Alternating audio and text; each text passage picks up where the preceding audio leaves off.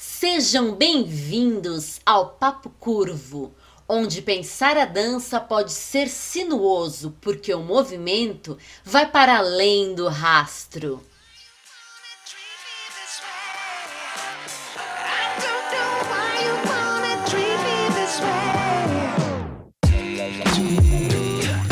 Papo Curvo, o papo mais fora da linha para os amantes de boas conversas dançantes.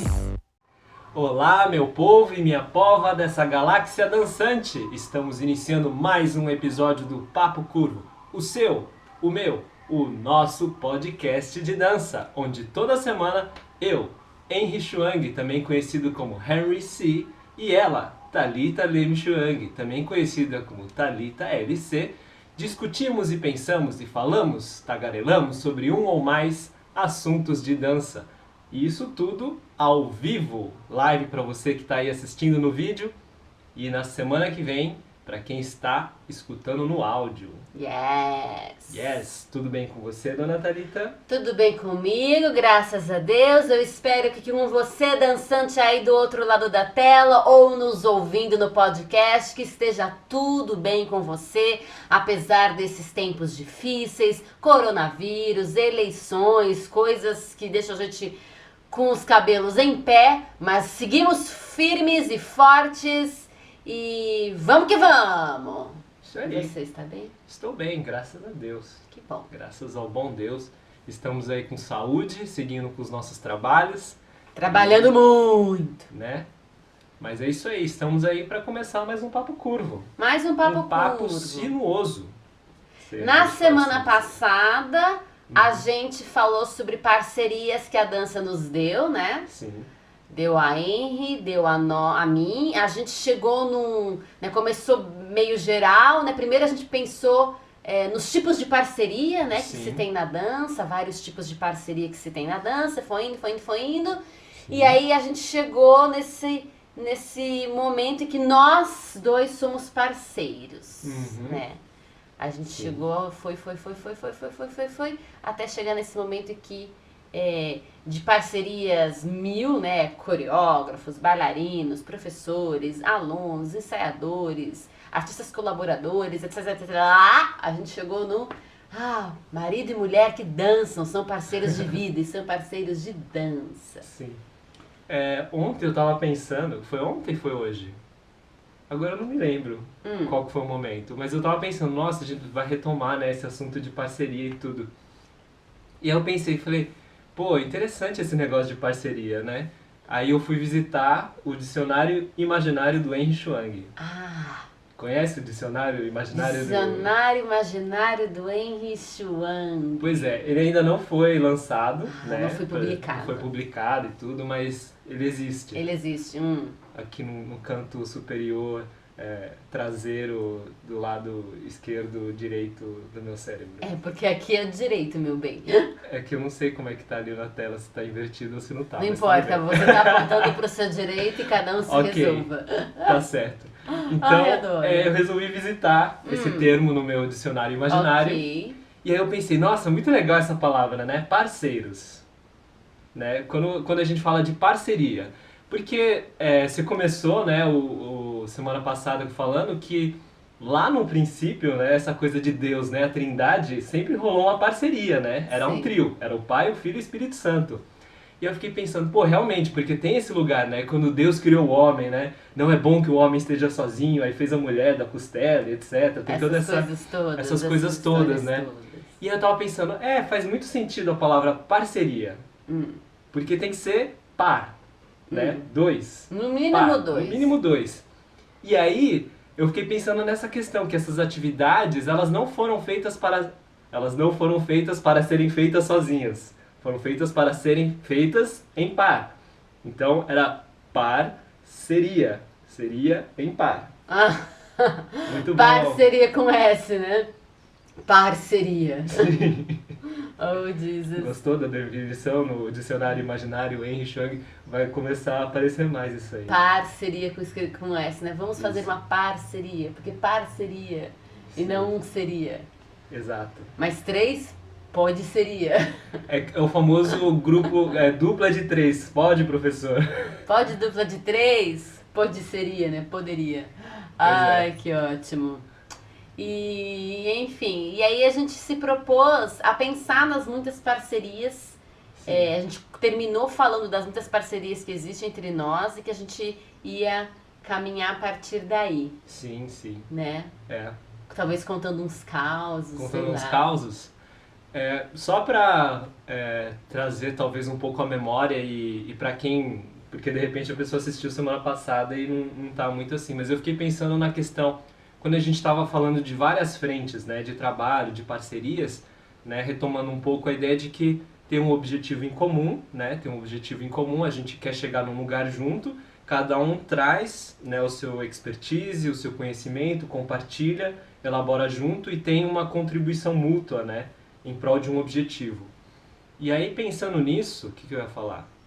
E você, não Eu sei, fez comecei toda isso, uma retomada mas maravilhosa tava das bonito, possibilidades de parceria na dança, Sim. de trabalho, de cooperação com um objetivo, foco em comum, para dizer que... Para dizer que essa troca, né? E a gente estava falando, que a gente finalizou falando desse lugar nosso, né? Do casal. Ele tem um lugar de respeito muito grande, né? A gente tinha a gente disse que pontuado. para ter uma parceria é preciso reconhecer o outro, Sim. a posição que o outro ocupa, seja de autoridade ou não, e a sua posição, a posição que a gente ocupa, Sim. seja de autoridade ou não, e ao reconhecer a própria posição, o próprio lugar e a do outro, estabelecer uma relação, estabelecer um sentimento, né, uma atitude de humildade. E mesmo que você seja autoridade, de humildade e dar valor ao outro na posição que ele ocupa. Seja ele autoridade ou não, né? E isso certamente gera, ou deveria gerar, deve gerar mútuo respeito, né? Sim. E daí o que eu ia dizer que, para além do respeito, eu fiquei pensando na questão do interesse. Entendeu? Porque a gente tem assim, tem um objetivo em comum, a gente tem um interesse em comum, certo? Sim. A gente levantou o aspecto de que normalmente você tem que se interessar por aquele assunto também, porque aquilo diz respeito ao que você quer realizar. Sim, então, ainda que você não sim. entenda daquilo e seja expertise do outro, você se interessa por aquilo e tenta entender para criar um diálogo e chegar naquele objetivo em comum. Exato, que é aquela coisa que a gente deu como exemplo, a questão do marketing. Então, a minha expertise é dança, a do outro é marketing, mas a gente vai fazer um trabalho colaborativo para, sei lá, alavancar uma determinada marca que vai trazer N benefícios às pessoas que consumirem seus produtos. Sim. Então, respeito, humildade, admiração, interesse pelo objetivo e o que você vai acrescentar agora? Porque eu estava falando do interesse pelo objetivo e, portanto, pelo conteúdo que o outro Sim. apresenta. Né? Logo, Então, o meu interesse pelo exato. marketing, por E exemplo, aí- nesse exemplo, o interesse pela ou- expertise lá da dança. Ou que eu acho seja. que a gente tinha pegado um exemplo que eu acho que é muito bacana, que é no aspecto do espetáculo. Então tem a parte da iluminação, tem a parte do som. Então o interesse nessas áreas e que faz um artista múltiplo. Todos os artistas colaboradores se interessando por todas as áreas para que o espetáculo, né, que é o objetivo, seja feito de forma, né, que haja uma harmonia no pensamento e ele seja levado a cabo de forma bonita, plena, que traga Exato. realização e etc e tal. E eu acho que a camada assim que a gente deseja atingir, que aí eu acho que é o lugar onde a gente foi muito feliz e chegou com essa parceria nossa de vida, né, de trabalho e de vida, que é o lugar de se interessar tanto pelo objetivo em comum, quanto pelo conteúdo, quanto pelo envolvimento do outro em aprender aquilo que é. Eu tava imaginando que você ia trazer, né? Não só numa parceria o interesse pelo objetivo em comum e pelas áreas de expertise do outro, né? Para poder também tentar, na medida do possível, pensar como o outro, entender como o outro, exercer uma empatia visando esse objetivo em comum, mas também um interesse pela própria pessoa com quem você está colaborando, com quem você está estabelecendo uma parceria. E aí, nesse aspecto também... principalmente pensando nesse objetivo. Então, o meu interesse na sua jornada em lidar comigo, entendeu? Sim. E não simplesmente assim... Lidar comigo, com o conteúdo que eu tô trazendo, Exato. com a coisa que eu tô colocando aqui nessa roda, pra gente e não poder simplesmente realizar assim, esse chegar sonho, e falar, esse objetivo. olha, eu tô falando de marketing, eu tô falando de iluminação, você tem que aprender porque é seu interesse também, porque a gente tá querendo chegar no objetivo e se vira, entendeu? Tá aqui e se vira.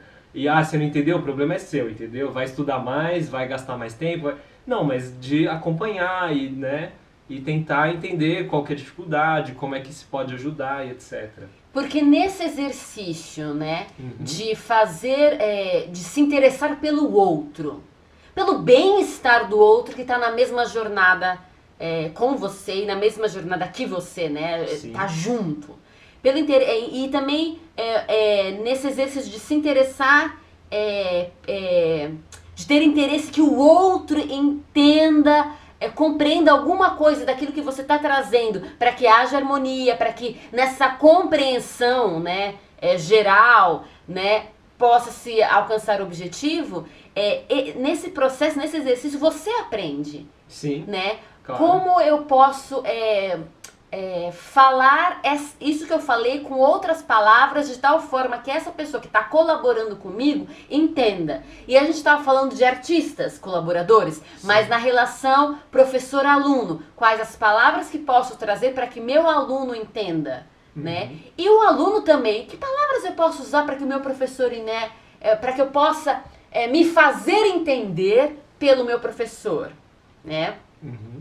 E aí não é só uma questão de adaptar o discurso, mas de no processo de adaptar o discurso também ir educando a outra pessoa para o seu discurso. Então, no primeiro momento, eu não posso falar o dancês, né? A língua da dança, e a pessoa não vai falar o marquetês.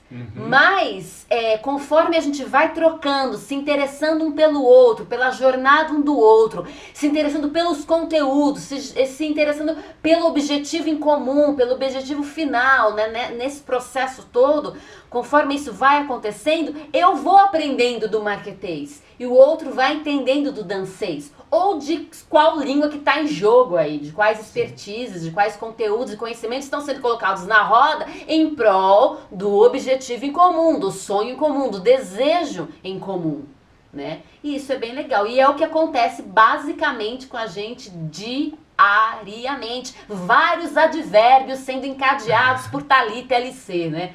É basicamente o que acontece diariamente no... Não, mente, mas não mente, entendeu? Só mente com o corpo mente, tá bom? Ok.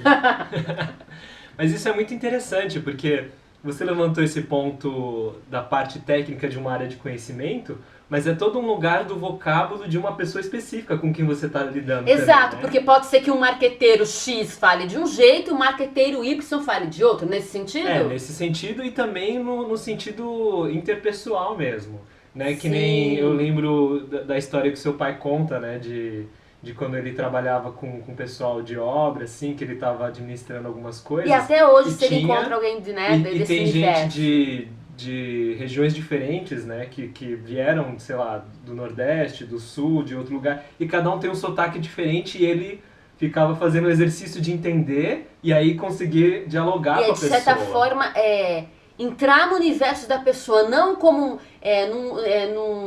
numa atitude preconceituosa ou de deboche, não, mas o meu pai, ele faz isso até hoje, ele começa a ouvir a pessoa falando e de repente ele tá falando que nem ela. Sabe, usando... Com o mesmo sotaque, ou com o mesmo trejeito, jeito, com o mesmo fluxo de fala, vibe, tempo. E a pessoa entende melhor. E aí ela trabalha melhor e ela é feliz. Isso não é um exercício de hipocrisia, ou de deboche, ou de preconceito. É um exercício de porque temos esse objetivo em comum, porque a gente quer realizar esse sonho, ou quer realizar esse trabalho, mesmo que esse trabalho seja em prol de outra pessoa, como é o caso de obra, né? O cara vai lá trabalhar na obra, na construção, e quem vai habitar aquele lugar é outra pessoa, ou aquele lugar vai ser vendido, ou vai ser usado para negócios, não sei. Mas ele tem o objetivo de fazer o trabalho dele. Agora, você vem com um palavreado que a pessoa nem conhece, pode causar estranheza, pode repelir a pessoa pode ser, né, se sentir afastada, colocada de lado, mas se eu puder agregar, melhor, principalmente se eu, naquela situação, estiver exercendo o papel da autoridade, um lugar do supervisor. Se eu for... Supervisão. Supervisão. É que eu pensei o bispo, né? O bispo significa supervisor. Então, se eu estiver no lugar de supervisão, se eu for bispo naquele contexto, se eu for o tutor principal, digamos assim, o cara que está administrando, o mordomo da situação, né? São palavras. Né? O mordomo é administrador, Sim. né? Bispo é o supervisor. Esse é o significado, são os significados dessas palavras. Então, aí ainda mais fazer esse exercício de, né, de pô, como é que eu agrego, como é que eu trago junto para que essa pessoa faça e desempenhe o melhor papel possível, para que ela se sinta realizada, feliz com o que ela faz e para que a gente alcance os objetivos, né? E isso não é usar o outro, isso é uma forma de respeito. E lembrando que a palavra respeito significa olhar novamente. Então, quando a gente olha 2 vezes para uma mesma coisa ou para uma mesma pessoa, a gente tem respeito. Porque ao olhar de novo, e de novo, e de novo, e de novo, né? Respeito, espectro de olhar e rede de novo, olhar de novo, de novo, de novo, de novo, a gente entende melhor.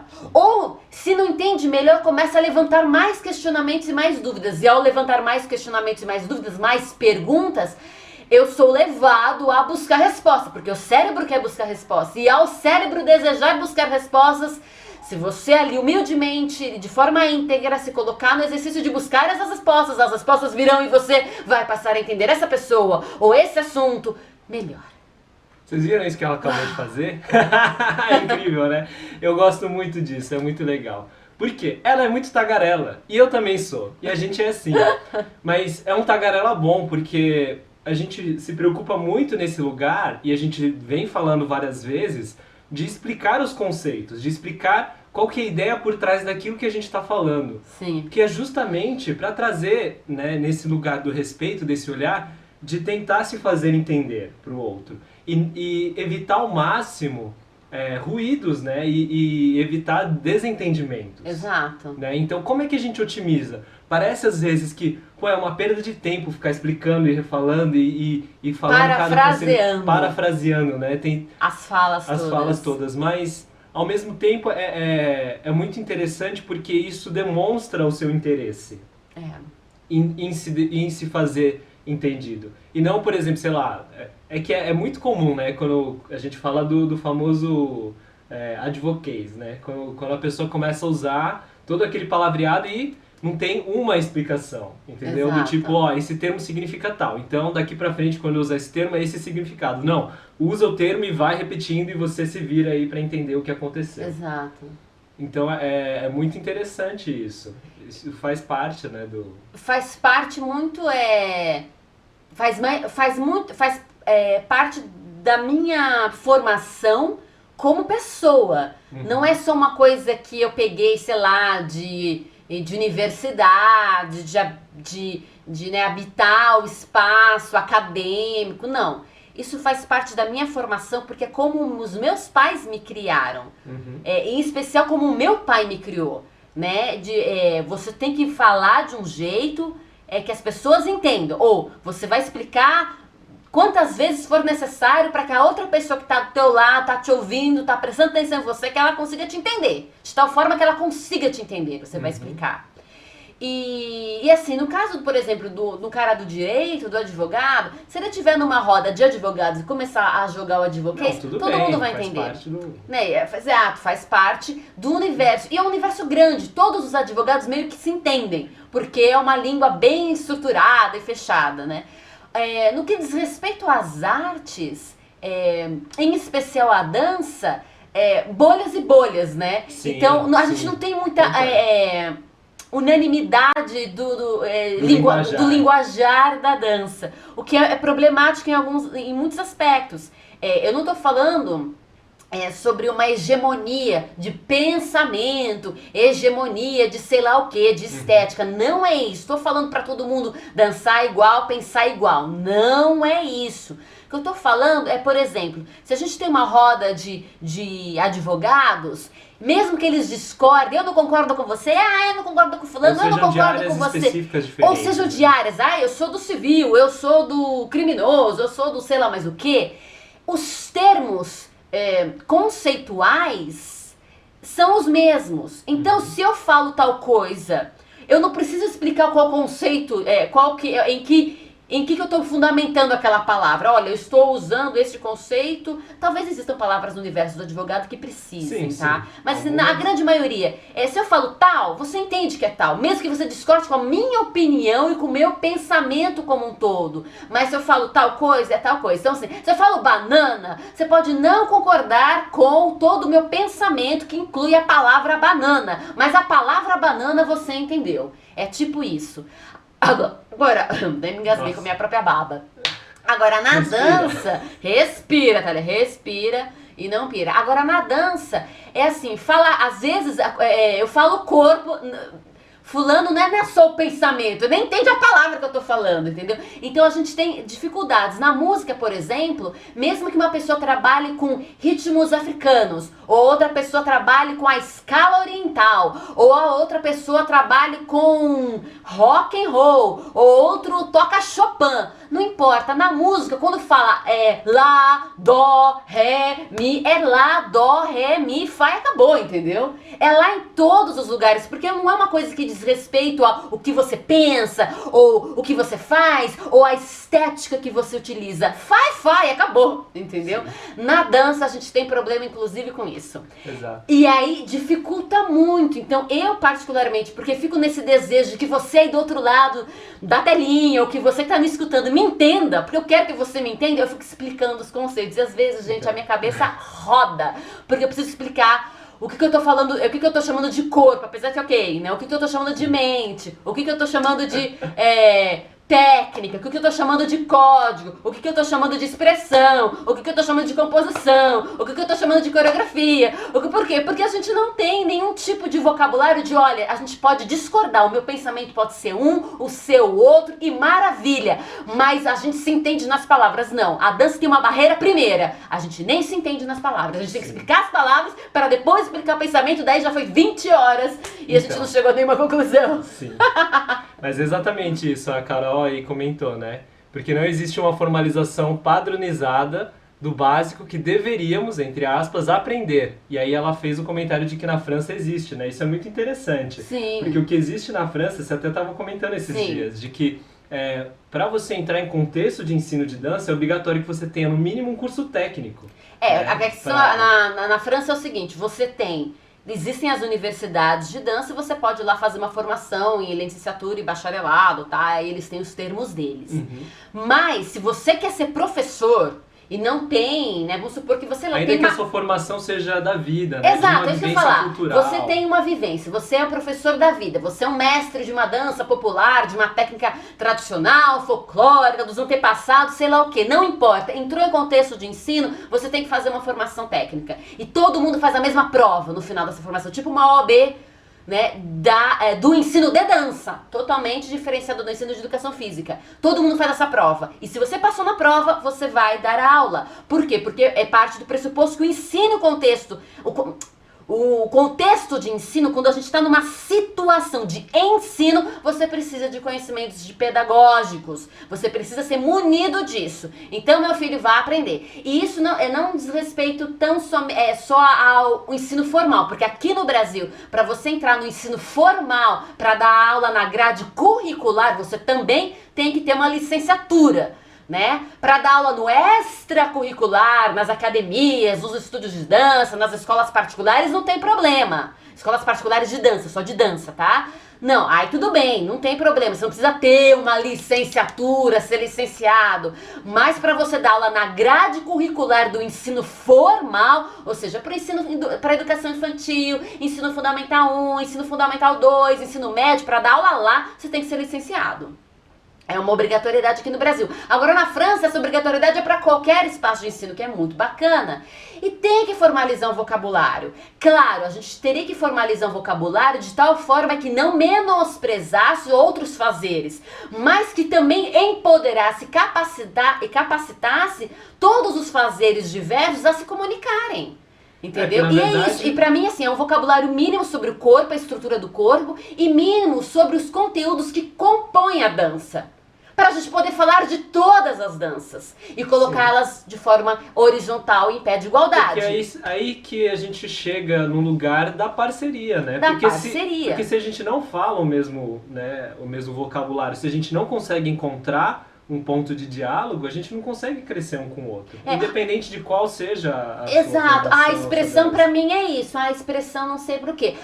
Corpo pra mim é isso. Eu não tô falando de posse, por exemplo. A gente pode ter uma ideia de corpo, né? Uma ideia básica de corpo, gente, é esse corpo que a gente toca, pelo amor de Deus, né? Pelo menos em relações às questões anatômicas, fisiológicas, cinesiológicas, vamos entrar de acordo. Agora, se você quer entrar numa outra camada de análise, corpo, mídia, corpo, território, corpo, mente, corpo, casa, corpo, vazio. Isso são outras camadas de reflexão que vão para além do físico, e aí tudo bem, você vai falar o termo, vai trazer toda a sua conceituação e desenvolver teu pensamento. Sim. Mas a gente tem que pelo menos concordar de que o corpo é isso aqui inteiro e que o corpo inclui a nossa mente, tudo que tá aqui, a nossa fala.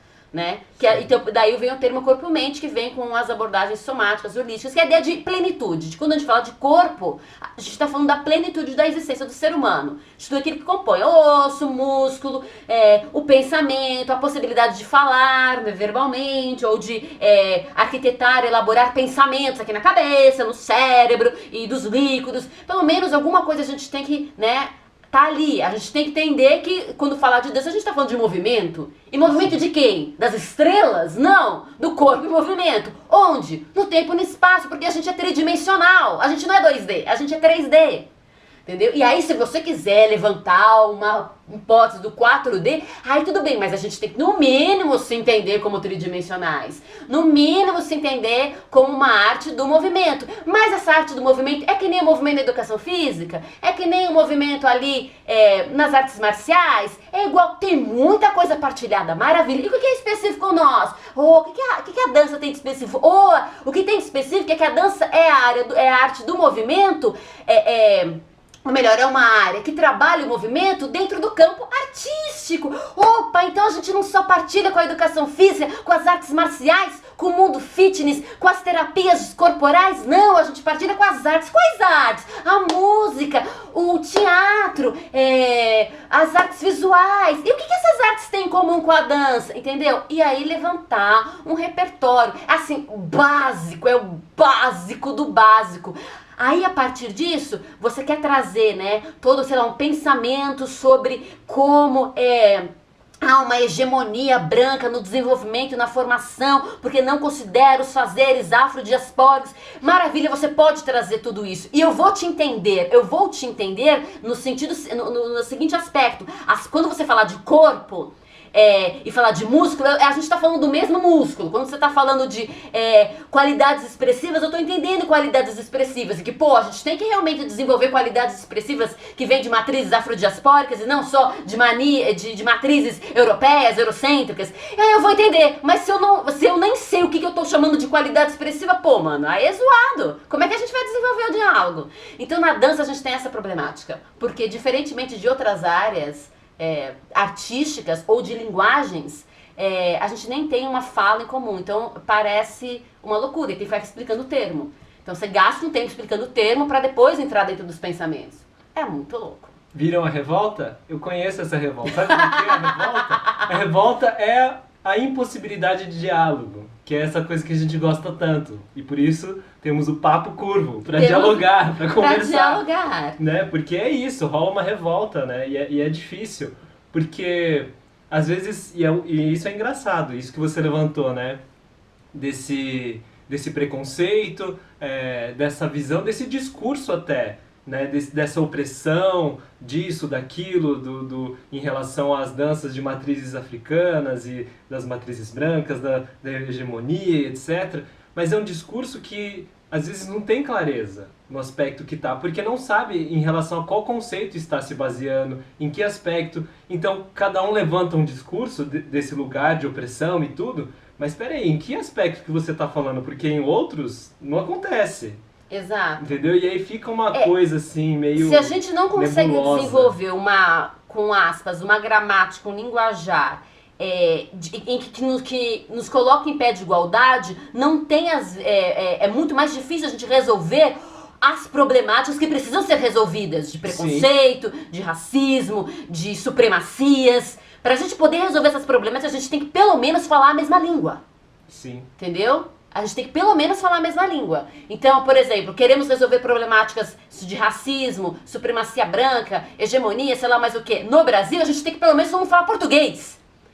Infelizmente, é a língua oficial do país. Claro que para ela ser oficial do país, ou quando a gente olha e percebe que ela é oficial do país, isso indica que houve o apagamento e a destruição de muitos outros idiomas, né, de outros povos que habitavam esse lugar, esse território. Mas se a gente quer poder educar as pessoas e discutir, a gente tem que pelo menos falar português. Agora vamos levar isso para o universo da dança.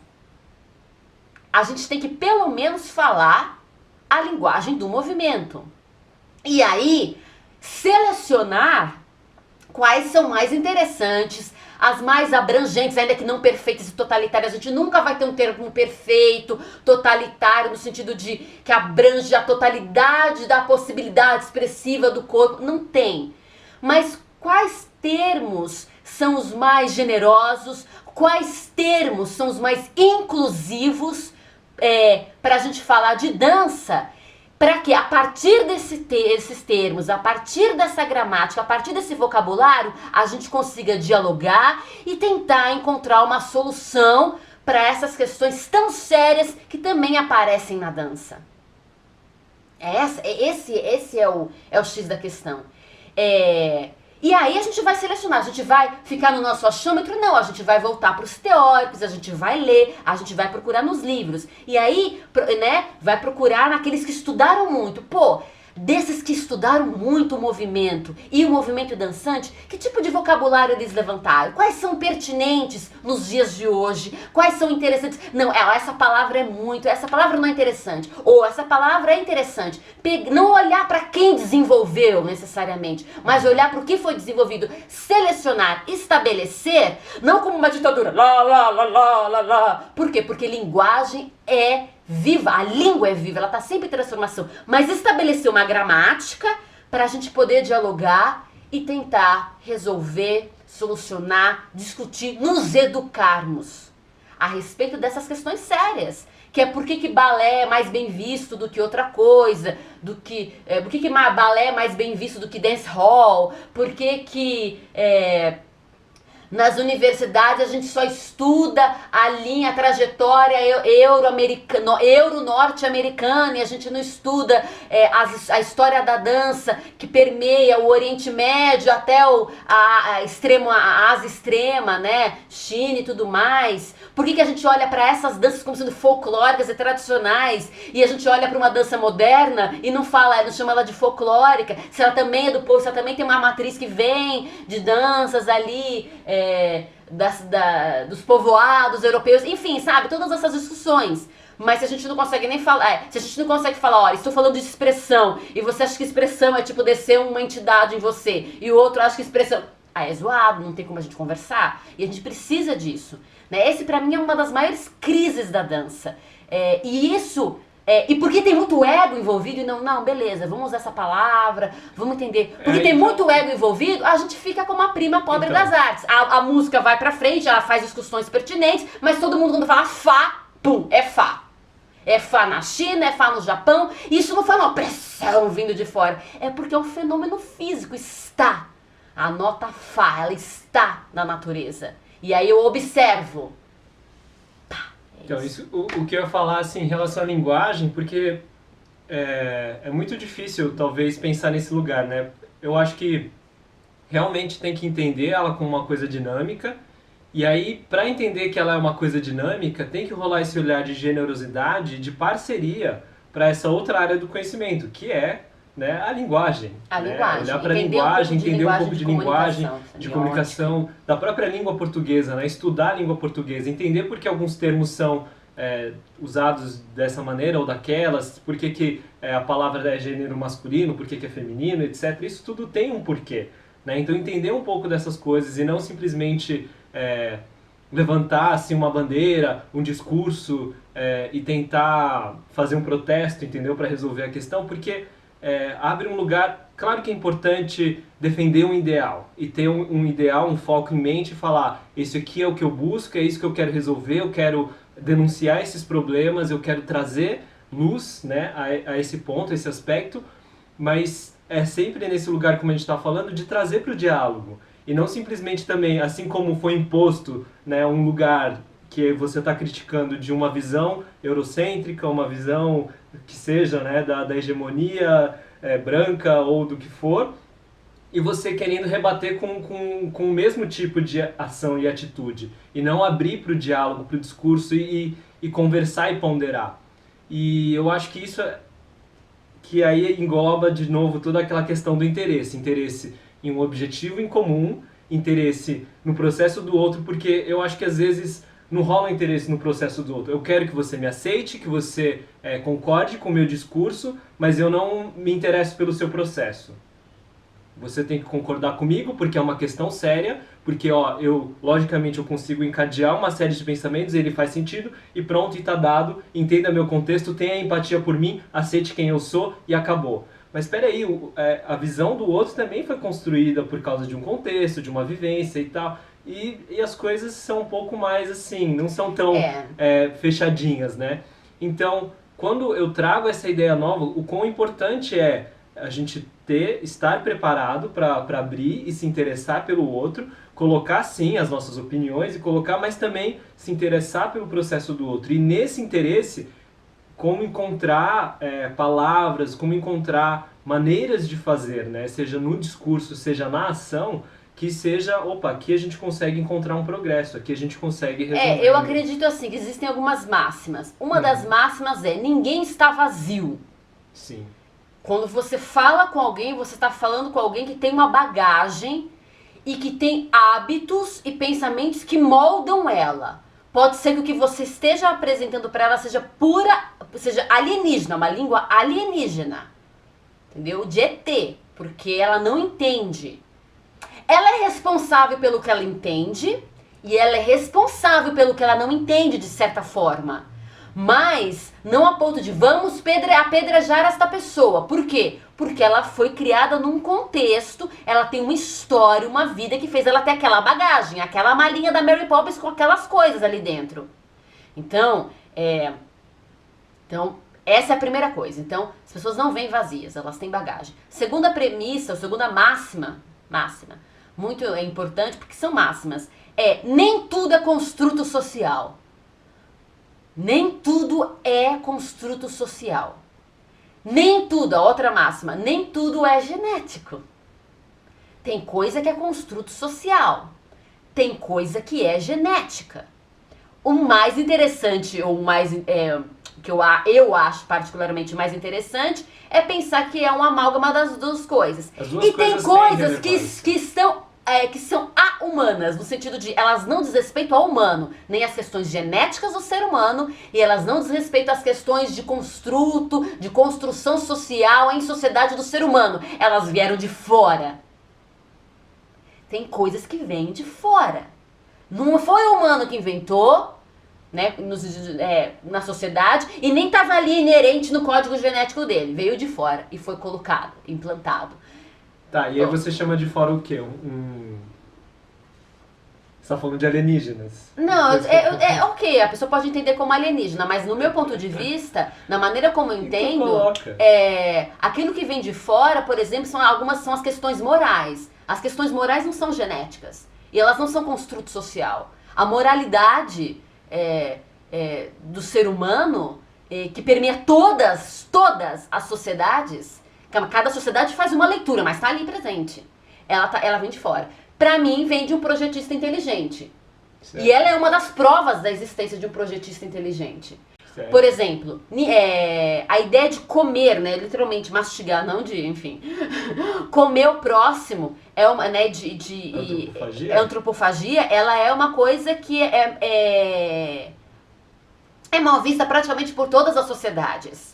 Ah, mas tem sociedades que comem o outro. Sim, mas veja em que contexto que eles comem. Quando eles comem, o outro normalmente deixa de ser ser humano, ou foi por uma punição, ou ele deixa de ser ser humano, ou ele é sacralizado e vira outra coisa. Mas ninguém come, entendeu? A vovó, ninguém come a mamãe, ninguém come o papai, a titia, as outras pessoas. Ninguém come. Ele tem um outro significado. A pessoa passa a ser, ela deixa de ser humano, ela ganha outras camadas, entendeu? Então veja, por quê? Porque literalmente, Hannibal, não rola. Não rola. E quando alguém, literalmente, Pique Hannibal faz isso, cadeia, entendeu? É mal visto. Pra rolar comer aqui a pessoa e arrancar uns bifes do bíceps, do braço do outro, tem que ter outras coisas acontecem. Então, eu tô falando o quê? Porque comer um outro ser humano é errado. É errado. Em todas as sociedades. Mesmo nas sociedades antropofágicas, comer outro ser humano é errado. Porque aquele ser humano deixa de ganhar o status de ser humano. Ele ganha outros status. Então veja, tem que rolar um paranauê até pra poder comer outro ser humano. Porque se você sai por aí comendo outro ser humano, é errado. Você sabe que é crime. É problemático, até nas sociedades antropofágicas. Então é interessantíssimo pensar nisso. Existem questões morais que elas estão para além do ser humano. Não é construto social, não é genético. Foi colocado de fora. Pode ser que tenha sido colocado de fora numa sociedade, aí cada um vai com as suas crenças e credos de como as coisas se constituíram nesse planeta. Pode ser que tenha sido colocado de fora, dentro do código genético ali, ó, no sangue do ser humano, cada um com as suas crenças. Mas o fato é que tem coisas que vêm de fora, porque quando a gente analisa a história da humanidade, elas sempre estiveram lá. Elas sempre estiveram lá. A história que pode ser analisada sempre esteve lá. A história que algumas pessoas alucinam, que não tem prova científica nenhuma, né? Que não, aí é X, entendeu? Mas aí, assim, coisas que não tem prova científica. Agora, aquela história, mesmo com defasagem temporal que a gente tem pra analisar, essas coisas sempre estiveram presentes. Questões que parecem ser de fora, porque esses povos estiveram em lugares muito diferentes. E desenvolveram coisas muito similares. Enfim... E muitas coisas sobre essa questão de linguagem, mas aí me faz lembrar, e falando da nossa parceria, de que quando a gente começou, eu acho que a gente já até contou isso, mas quando a gente começou o nosso relacionamento mais íntimo, né, namorar, noivar, casar, você tem uma formação de linguística múltipla, né? Henry nasceu em Foz do Iguaçu. Mas Paraná, Foz do Iguaçu, certo? Sim, Ok, em Foz do Iguaçu. E aí ele foi morar no Paraguai. Sim, minha família morava lá, né? Então, a família morava lá, veio pro Brasil. Exato. Apesar de ter nascido no Brasil, meus pais moravam no Paraguai. Eles vieram ter o filho no Brasil porque na cabeça deles era melhor ter um filho brasileiro do que paraguaio. Nossa, Oxe. eu ia inventar uma palavra muito Paraguaiano? louca. Eu ia falar paraguaiano, porque eu tava enfiando na cabeça. Gente, me perdoem, paraguaios, Eu perdoem. sou paraguaio. Eu não sei, coisa da cabeça deles, a gente respeita Não, na as verdade, porque problemáticas da assim, pessoa. não, porque assim, era muito perto, entendeu? Entendi. A fronteira e tudo. E assim, nascendo no Brasil, eu tinha dupla cidadania.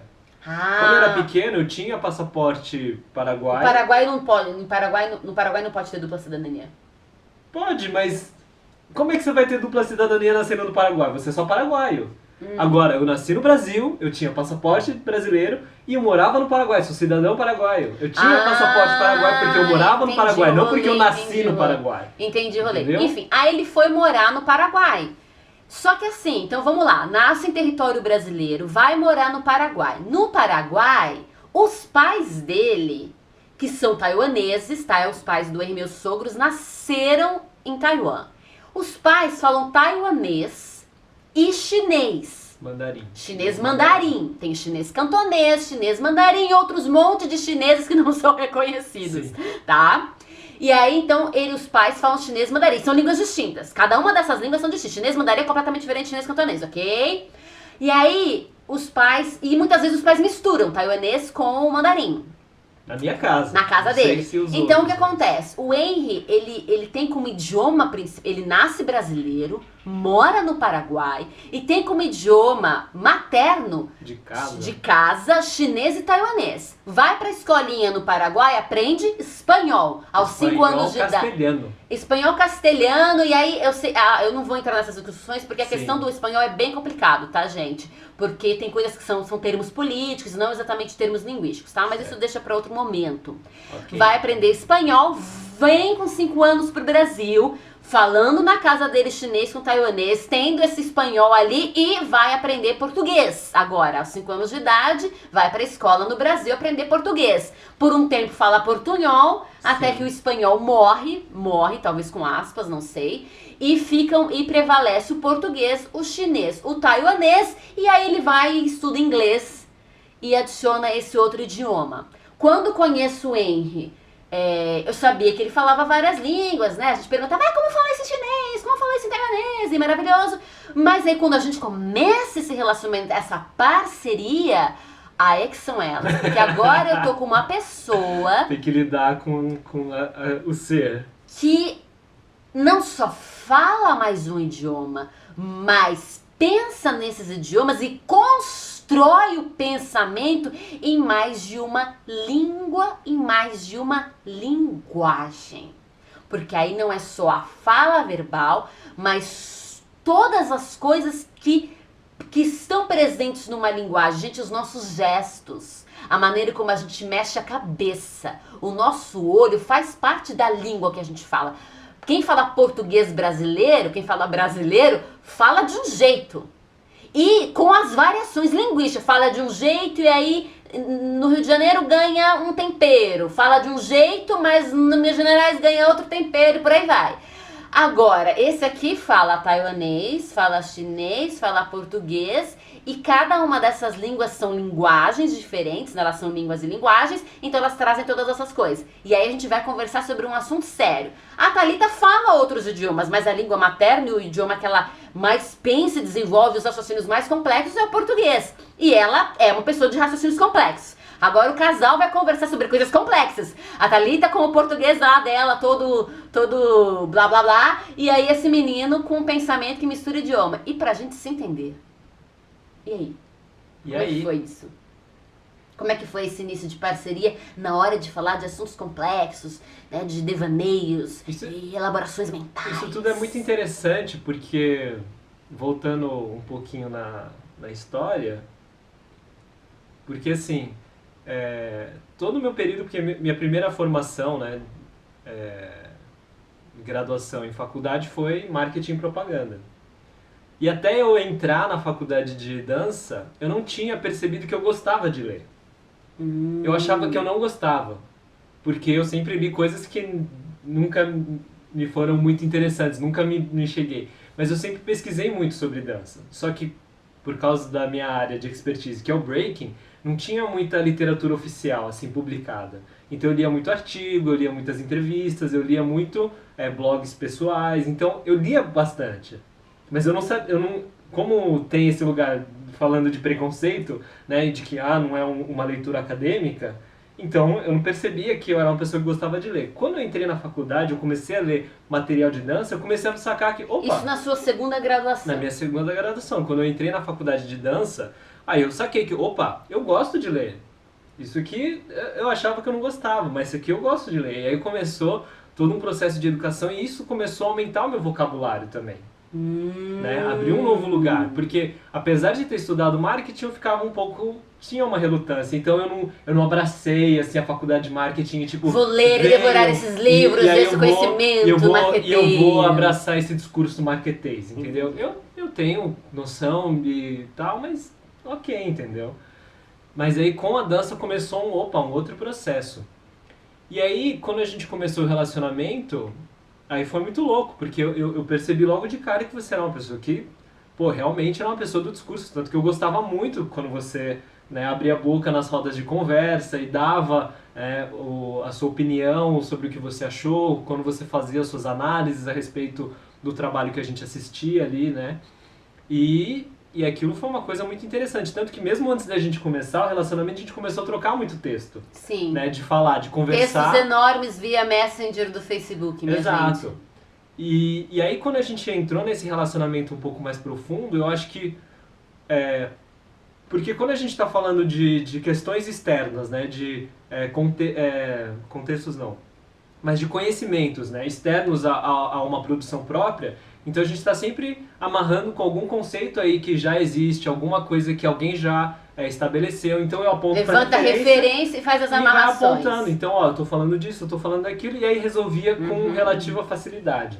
E aí mesmo quando a gente entrou, quando a gente conversava de dança, e muitas vezes a gente se questionava, mas quando você tá falando disso, o que você quer dizer com isso, o que você quer dizer com aquilo? Tô falando de fulano de Exato. tal, tô falando que o Marcelo Moço tem, tô falando que... Porque o que acontece, o meu processo na faculdade também foi um processo muito nesse aspecto, de olhar para todas aquelas danças que eram ensinadas e que eram estudadas na faculdade, e como que eu trazia pro meu universo de dança, para aquilo que era meu conhecimento. Então, como que eu fazia a leitura? Ah, isso aqui, então, deve ser mais ou menos isso aqui deve ser aquilo. Tanto que eu tive várias conversas com o Clayton também, né? Na época que ele tava ali também, ele era uma Kay Walker, né? Que é... Sim, grande bailarino também, muito bom. Muito bom, Crumper, performer contemporâneo dançarino. de crump. Maravilhoso, enfim. E a gente teve muita troca, porque ele dava monitoria de crumping lá também. E eu fiz a monitoria dele, a gente conversava bastante. A Letícia Vicoretti também estava fazendo, então a gente trocava bastante. Mas nesse aspecto de ir, como é que eu resolvo isso que Ouvir já tá... isso, como é que eu trago pra como cá é que eu e dialogo resolvo com aquilo que eu já tenho na minha aqui? dança. E aí quando a gente começou o relacionamento, isso começou a ganhar proporções assim... Estratosféricas. Estratosféricas, porque ele começou a permear todos os ambientes da minha vida, né? Todos os contextos, todas as coisas que eu faço. Tudo. E aí foi uma coisa muito interessante, porque apesar de eu sempre gostar de conversar muito e tagarelar e falar, é aquilo que você falou, a gente é muito sociável, a gente é muito bom em tipo, vamos conversar e tal. Mas entrar nas profundezas do meu ser e compartilhar coisas que me são particulares ainda era um pouco difícil. Porque é de cultura asiática ser um pouco mais... a gente fala um pouquinho de tudo, você conhece o que eu faço, mas você não sabe exatamente o que eu penso. Exato. A gente sabe o que cada um tá fazendo, a gente sabe o que os familiares estão fazendo, o que estão aprontando e tal. Mas você não sabe, você não conhece no íntimo qual que é o sonho daquela pessoa. E a Thalita LC gosta de saber exatamente o que as pessoas pensam, Gosta minha de cavocar. gente. Eu gosto. Claro, a gente nunca vai saber sempre eu sou a pessoa que mais sei de mim, ele é a pessoa que mais sabe dele, Deus sabe mais ainda. Mas a questão, eu gosto de cavocar. Sim, e eu queria saber coisas, ideias profundas que estavam ali na cabeça. Queria pegar do raciocínio. E aí o que aconteceu? Eu falava e... Silêncio. Silêncio, minha gente. Ele ficava no silêncio parado olhando. Mas E aí um dia eu perguntei, por que você não responde o que eu falo? Ele falou, porque eu tô, tipo... organizando. Parte do que eu quero falar pra você tá em taiwanês, outra parte que eu quero falar pra você está em português, tem parte do meu pensamento que tá em chinês, tem uma coisa que veio aqui que tá em inglês, como é que eu vou falar pra você o que eu tô pensando? Gente, entendeu? Eu tô usando isso, essa história nossa de parceria como metáfora do que acontece na dança, que a gente já falou nas parcerias de dança. Sim.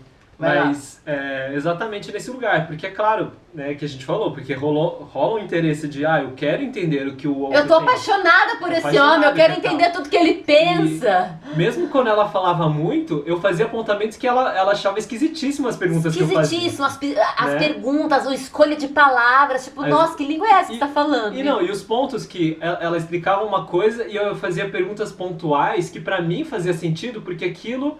fazia sentido na minha cabeça como aquilo ia se organizar e aí me dá o quadro maior, né? O big picture. As ênfases que ele dava no meu discurso eram completamente diferentes das ênfases que eu mesma dava pro meu próprio discurso. Pra mim, a X e D são os pontos principais. Pra ele, L, F, J, entendeu? Opa, como assim? Ou como esses detalhes compunham e apontavam pra outras questões que são, às vezes, meio subliminares. Exato. Que a gente mesmo não percebe. Exato. E aí eu comecei a fazer esse tipo de exercício, que, no meu discurso que às vezes eu resolvia de maneira simples, mas quando eu resolvo de maneira simples, né, eu simplifico muito... Com aspas, tá, com gente? aspas, Simples com aspas. eu percebo que gera muito ruído, gera muito espaço para desentendimento, do tipo, não, isso aqui não é exatamente o que eu quis dizer, eu quis dizer assim, mas...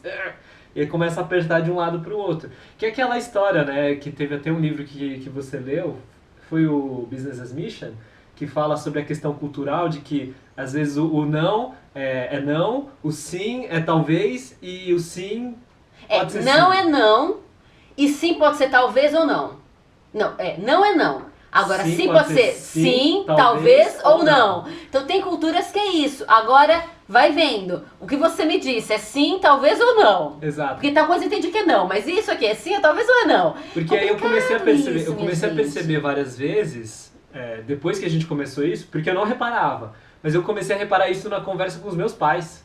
Quando eles esperavam que eu tivesse uma reação e eu tinha uma outra reação, aí eu falava, mas o meu pai falou isso. Ela falou, sim, mas ele queria que você tivesse feito assado. Daí Por que ele não falou pra falar assim assado? Porque eu comecei a ter esse lugar de exatamente o que eu quero que faça, eu falo. Ainda que às vezes parece, nossa, isso parece muito egoísta, né? Eu queria que você fizesse assim. Mas é um desejo meu e eu tô comunicando com sinceridade. Só que às vezes o lugar asiático tem um lugar do tipo, eu posso parecer muito agressivo, então eu vou jogar um talvez, que aí se a pessoa normalmente me conhece, ela vai sacar que eu tô querendo. Se ela me conhece, ela vai sacar exatamente, ela vai fazer o adivinhômetro da mente. Exato.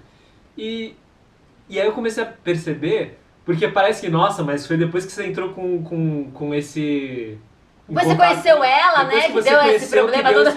Não é isso. Não é isso que eu ia falar. É que depois que você conheceu, começou a vir à tona esse tipo de situação. Não, é uma situação que já se repetia, mas aí houve a constatação da minha parte, entendeu? De que essas situações aconteciam e eram repetitivas e recorrentes na minha vida.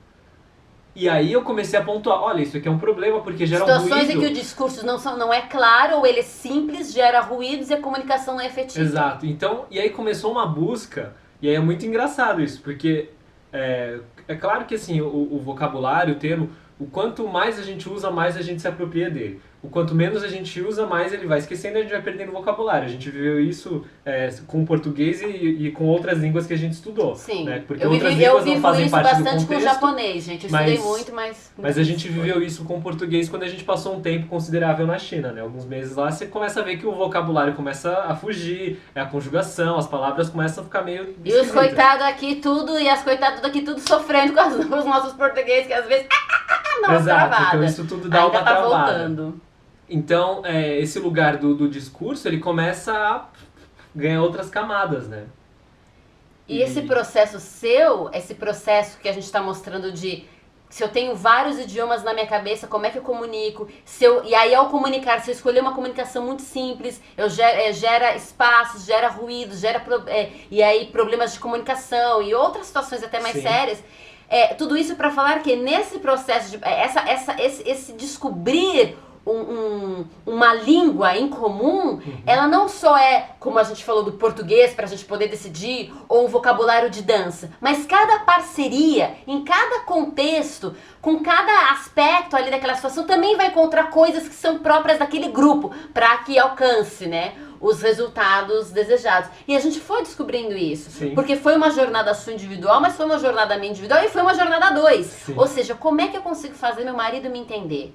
Como é que eu consigo me esforçar para entender o que ele está falando? E vice-versa. Como é que eu Exato. consigo fazer minha esposa me entender? Como é que eu consigo entender ela, me esforçar para entender o que ela fala? Exato. Para que a gente caminhe juntos e consiga realizar objetivos juntos. Sim. Se isso é na fala, imagina, agora faz esse exercício naturalmente. Transpõe isso para o mundo, universo da dança, do movimento. Sim.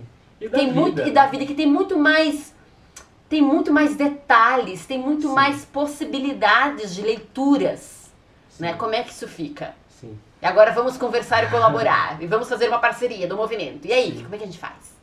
É o seguinte, o tempo tá acabando, mas a Carol fez mais uma perguntinha e eu acho que vale a pena encerrar com ela, né? Ela pergunta assim, você já era cristão, Henry? Sua família também? Então é o seguinte, minha família, a minha mãe, ela era de berço católico, assim, a família dela sempre foi católica, meu pai era budista, e ele meio que, depois que casou com minha mãe, ele meio que foi abandonando um pouco as práticas, mas ainda assim tem uma questão cultural que ainda permeia, né? Principalmente de fazer asiático. respeito aos ancestrais. Respeitos e, enfim, colocar incensos Sim. e coisas assim, ainda que não tenha um peso, assim, né, cerimonial muito grande, ainda fazia parte da cultura deles de fazer, e principalmente quando se deparava com templos e lugares assim. Eu fui batizado, eu fiz primeira comunhão quando era criança, mas depois eu meio que fui abandonando porque pra mim era meio esquisito as coisas, assim. A gente pode fazer um dia um papo curto sobre fé. Mas eu não era cristão, e aí foi muito interessante, porque a Thalita foi meio que o divisor de águas na minha conversão da minha fé. Porque eu já tinha participado de acampamentos cristãos e tudo, e tive alguma experiência. Mas foi nesse momento que a gente começou esse relacionamento que aí ela começou a trazer, né, alguns pontos de vista, e aí a gente, nessa conversa, nesse diálogo, ela foi me apresentando bibliografias, coisas para eu ler, para eu pensar e refletir, e aí que se deu a minha conversão de fato, né? E aí foi nesse lugar também da leitura, de perceber que eu gostava de ler e de me interessar pelo que interessava a ela. Eu falei, bom, isso interessa a ela, essa questão de fé é muito importante para ela, então eu vou investigar a fundo isso. E aí foi pela graça de Deus que, né, eu consegui, em pouquíssimo tempo, ter um convívio muito forte com a família dela, de ler um volume muito grande de textos e de coisas. Ler a Bíblia inteira. E assim, eu consegui ler, assim, num ano eu li a Bíblia inteira, li o Não Tenho Fé Suficiente para Ser Ateu, li umas bibliografias que são muito boas, assim, muito boas mesmo, que mexem com a sua cabeça. Eu nunca tinha entrado em contato com esse tipo de conhecimento, né? Enfim, e aí E no dia do casamento ele declarou publicamente a fé dele, foi uma Sim. coisa muito linda, todo mundo chorou, foi bem bonito. E aí foi muito legal, porque, Carol, esse porque, vídeo é tem, bem bonito. porque tem familiares também, né? Que são cristãos e eles foram, né, no nosso casamento. Exato. Enfim. Mas é uma parceria, nesse aspecto, é de abrir e se interessar e fazer. Eu acho que. E aí, né, o grande parceiro que a gente tem é a parceria divina, né? Que une a gente, que faz a gente. Laços de amor. Laços de amor, que fortalece a gente como seres humanos, como pessoas e por isso partes desse mundo. E aí a gente tem que fazer parcerias. E ser parcerias de fé e de crença e de ideologias e aí conversar e abrir e estar disposto ao A diálogo. gente foi feito para andar junto, para ser corda humana. A gente funciona junto, o ser humano funciona melhor junto. Sim. E é isso, esse papo é maravilhoso. A gente podia continuar fazendo mais um terceiro episódio sobre parcerias. Vamos ver o que vai acontecer. Vamos Mas ver. muito bom. Muito bom mesmo. Muitos causos ainda. Muitos pra falar. causos, muitos causos. Mas é isso aí, muito obrigado pela sua presença. A gente está aqui encerrando, porque daqui a pouco o Instagram vai começar a implodir e aí vai entrar aquele desespero. Mas a gente já vai se despedindo, a gente agradece a presença de todos vocês, de todas vocês, de você que está escutando também, de você que está assistindo. É isso aí. É muito bom poder compartilhar dessa jornada com a Thalita e com vocês também, né? Porque por muito tempo isso foi muito particular nosso, Sim. né? Mas eu acho que tem lugar aí, né? Eu acho que é muito importante compartilhar porque foi uma história incrível pra mim, foi uma vivência incrível. Gente, é incrível. E- Se a gente detalhar o que aconteceu no momento, como é que foi o processo de conversão, como é que isso casou com a dança, com o propósito de vida, com o mandato cultural, com a mordomia que né, é cristã. É incrível, é uma coisa realmente divina. É divino, porque assim, eu nunca tinha chegado tão longe com a minha dança e eu tenho consciência plena se não fosse por causa dos conhecimentos que vieram a partir daí, Sim. né? Seja de troca com a Thalita, seja do estudo da palavra, ali no caso, né, falando da Bíblia, e porque tem muita coisa ali, tem muita coisa mesmo. E a gente pode fazer todo né, uma série falando sobre como a palavra de Deus ela indica para uma Verdadeiramente série transforma uma práticas. pessoa e Sim. indica uma série de práticas e hábitos e como isso harmoniza-se com uma dança inclusiva, que abraça, uma dança que gera vida. Sim, que Esse traz slogan saúde. não é gratuito, minha gente. que traz Dança saúde, gera não só vida. né, no fazer do corpo, mas da mente e do espírito, né, como um todo. É muito Dança bom. gera vida. É muito Porque, segundo aquilo que cremos, foi esse projetista inteligente que nos deu o movimento, e o movimento com essa capacidade artística, de expressiva e não só funcional, né? bom. Sim. Que também é muito importante. E é isso. É isso. Maravilha! Maravilha. Muito obrigado mais uma vez a todos vocês, um grande beijo e até a próxima. Grande beijo!